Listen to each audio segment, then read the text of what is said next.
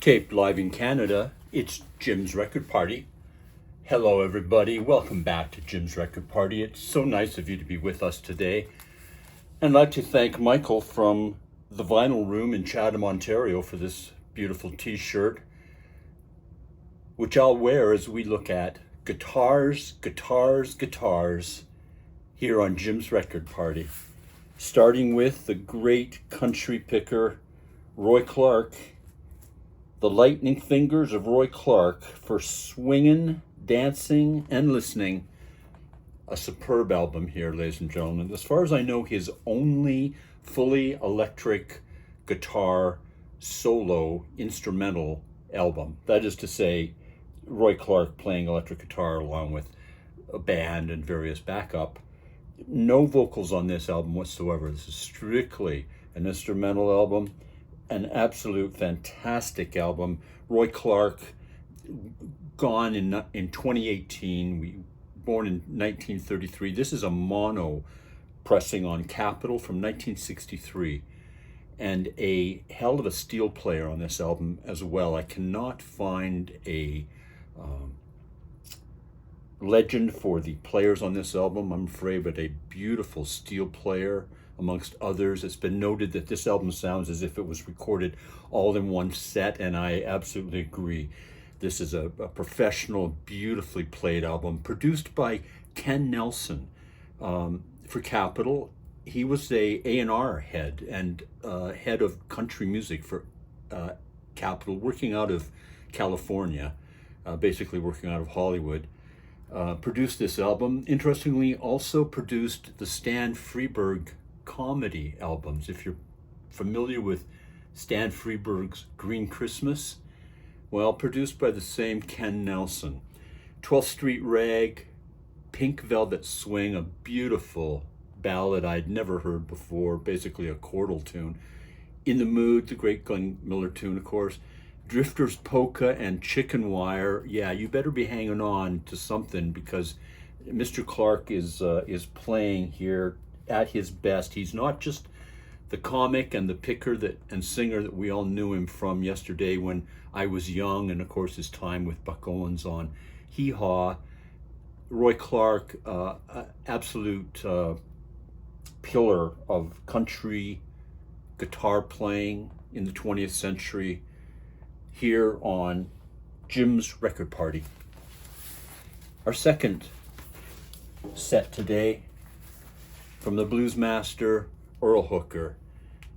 Very short time with this, 1930, passed in 1970 from tuberculosis. A lifelong battle he'd waged. This on our Hooley, and Chris Stretch, which we've just lost in the last year or two as well, the great producer of the Our Hooley albums. He went to Chicago. He asked the great Buddy Guy, is there somebody I should be listening to? Are there guitar players that are underrepresented that should be recorded more? Buddy Guy immediately said, Earl Hooker. Chris went down to see Mr. Hooker and was blown away. Chris is quoted as saying that I'm not a musician, but I know what I like. And Earl Hooker, one of the pillars of Chicago electric guitar, a slide player, perhaps most noted as B.B. King at the time said Earl Hooker was the greatest slide player then alive. So that's pretty high praise. Mr. B.B. King himself, and Earl Hooker, no less of a picker, single note player, a beautiful player, pretty much equally represented on this album. It's on stereo, 1968, the great Freddie Roulet on steel here. If you do not know Mr. Roulet, check out Freddie Roulet on steel, a beautiful player to listen to. Pinetop Perkins, the great pianist on this, and Louis Myers and the great Carrie Bell, both on harp on this album. And Louis Myers takes a vocal turn as well on this album. Anna Lee, Earl plays great slide and a great vocal to lead off this album. Off the Hook is a pickin' tune. The eponymous tune, Two Bugs and a Roach, it's all about the the affliction that would take him, TB eventually. And Wah Wah Blues, great slide playing through a wah wah. Yeah, it's absolutely beautiful, tasteful, absolutely tasteful playing on this album. Earl Hooker went on the American Folk Blues Festival tour of Europe in October of 1969, in which they played 20 concerts in 23 days in 9 countries. When Earl Hooker returned, his friends said it was evident that his health had deteriorated from the stress and the work of the tour. And Mr. Hooker passed in 1970. We only had him for a few more months. The great Earl Hooker, Two Bugs and a Roach, his absolute masterpiece here on our Hooli. Our centerpiece today, album 3. You know this album. Neil Young said, "Everybody knows this is Nowhere." This is the album. If this album were only noted, ladies and gentlemen, for Cowgirl in the Sand and Down by the River, it would still be one of the greatest rock guitar albums, rock composition albums ever. Certainly rock guitar, and Neil pretty much set a pattern for lead playing and exposition of a tune with both Cowgirl in the Sand and Down by the River, which we've heard him play many great renditions of through the years. Here, of course, with the greatest band he ever played with, possibly, Crazy Horse, the original Crazy Horse, with Danny Whitten on guitar, Billy Talbot and Ralph Molina rounding out the group. This band was lost, of course, when Danny Whitten OD'd, and then the new version of Crazy Horse, which many of you will have grown up with, appeared. Zuma, Russ Never Sleeps, etc. This album from 1969, of course, it's on reprise. Neil often joked that it was just him and Frank Sinatra, the chairman of the board, on Reprise Records. And I believe it's a sidebar of Warner Brothers, if I'm not mistaken. Stereo, of course, but it not only contains those two epic tunes of Americana, I'm going to say, one of great loss, one of great gain, of course, one of great love, one of great disdain. It also features the great tunes, the anthems, Cinnamon Girl, the greatest pop rock song ever, in my estimation. It also contains the great tune, Everybody Knows This Is Nowhere, itself another kind of anthem, and the great, perhaps Neil's greatest acoustic tune, Round and Round, It Won't Be Long, with beautiful, empathetic, beautiful shared vocals with Ms. Robin Lane, later to be known from Robin Lane and the Chartbusters. But when this album was recorded, Robin Lane was the wife of future Police guitarist Andy Summers. I've never heard of Andy Summers showing up at a Chartbusters gig, and I've never heard of Neil Young showing up at a Robin Lane and the Chartbusters gig. I hope they did, and I hope they did more than once. I don't know what the connection was between Neil and Ms. Lane. I've never heard before that there was a connection between Neil and Andy Summers. That's a very interesting thing to hear. And this would have been in 1969, 1968, 1969. Would love to hear the history of that.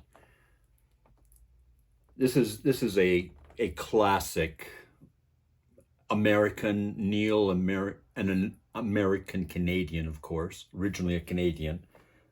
I'm calling this an American album.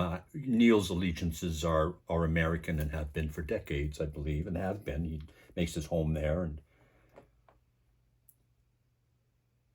the greatest Neil Young album? Yes. His second album, Everybody Knows This Is Nowhere? Yes, this is his greatest album.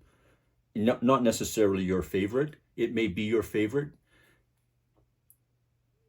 but certainly his greatest album. Neil Young Everybody knows this is Nowhere. Here on Guitars, Guitars, Guitars on Jim's Record Party. Our fourth record today. Do you know this man? You will.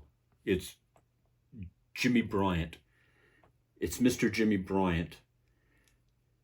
Born in 1925, gone in 1980. He was 55 years old. This is on Stetson. This is a German re-release, repressing of an original album. I believe it was on Capitol. This is a stereo issue from the original album from 1966. This album has very good sound, ladies and gentlemen. This German pressing is flawless. And they released more than this when they released, I believe, other Jimmy Bryant albums and also Speedy West and Jimmy Bryant albums.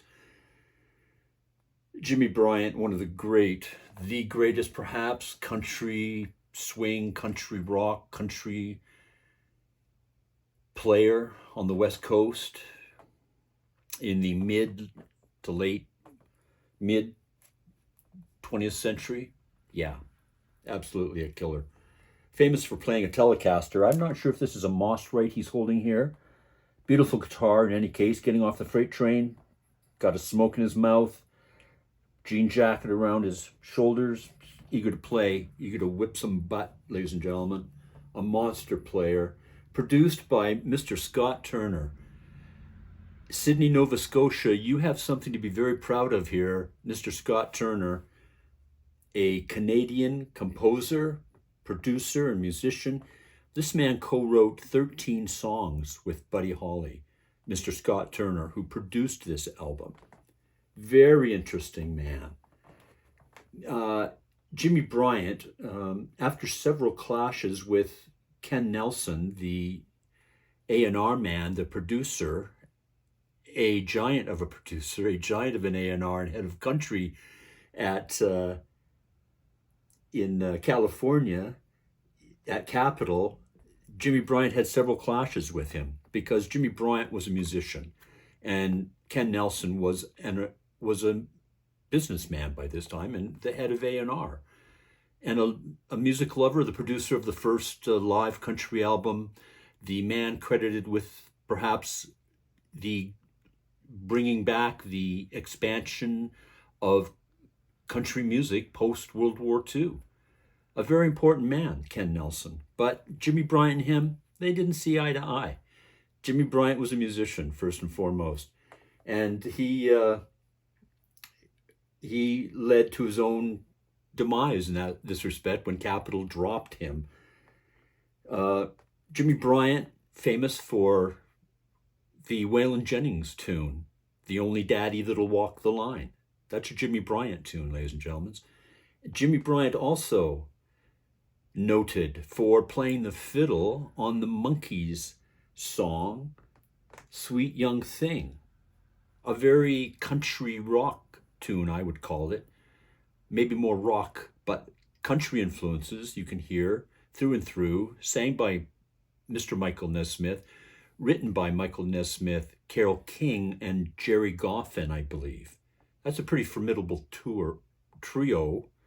And then Jimmy Bryant plays fiddle all the way through. He just plays all the way through. They do not shut his channel down, ladies and gentlemen. He plays all the way through the tune. In the background, just sets the feel of the thing. Kind of like an Eastern modal country fiddle, I would call it. Yeah, sounds great and very interesting. This is not his most blazing album by any respect. He has other albums that are. This is a more commercial album, a beautiful album, both electric and acoustic tunes on this as well.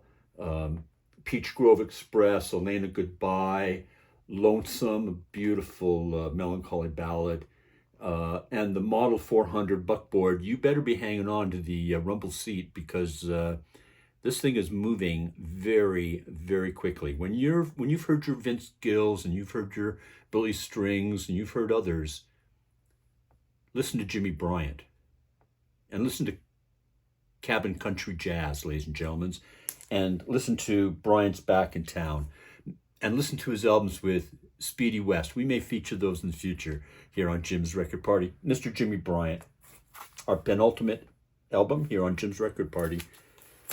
Our final, ladies and gentlemen, number 5, the late, the great, the master, Pat Martino, here on his, surprisingly, his 6th album, The Visit. This is an album dedicated to Wes Montgomery.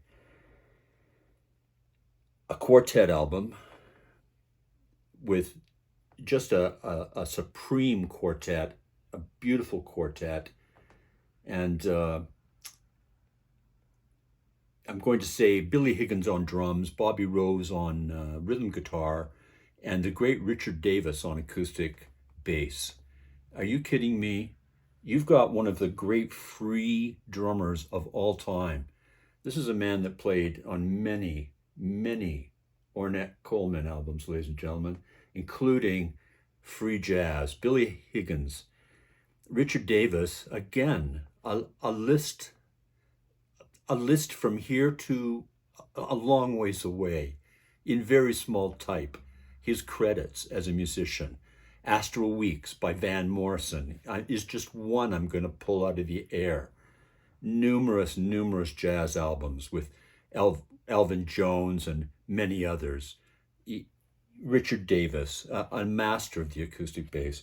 And Bobby Rose, who I've just learned passed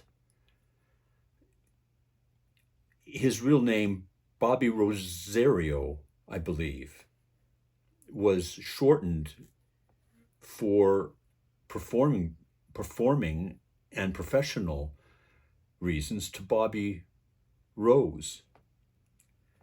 And I don't think this is widely known. So this entire quartet is gone. One of the great quartets. This is a seminal jazz guitar album, ladies and gentlemen. One of the best ever renditions of the classic tune. I'm going to say it's a Michel Legrand tune. What are you doing the rest of your life? You're going to think of everybody you've asked that question to, that you've wanted to ask that question to, that you may yet want to ask that question to. A summation playing of this beautiful, beautiful, bittersweet ballad. Great playing of the Wayne Shorter tune, Footprints. The Jobim tune, How Insensitive. And the great tune, many of us know it from the Jim Hall, Ron Carter album, Alone Together.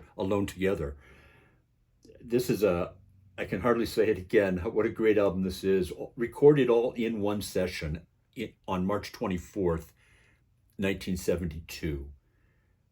This is on Cobblestone. This is an original album, the original pressing, stereo, 1972 on Cobblestone. Mr. Pat Martino, very interesting life story, of course, and one of the giants of jazz guitar.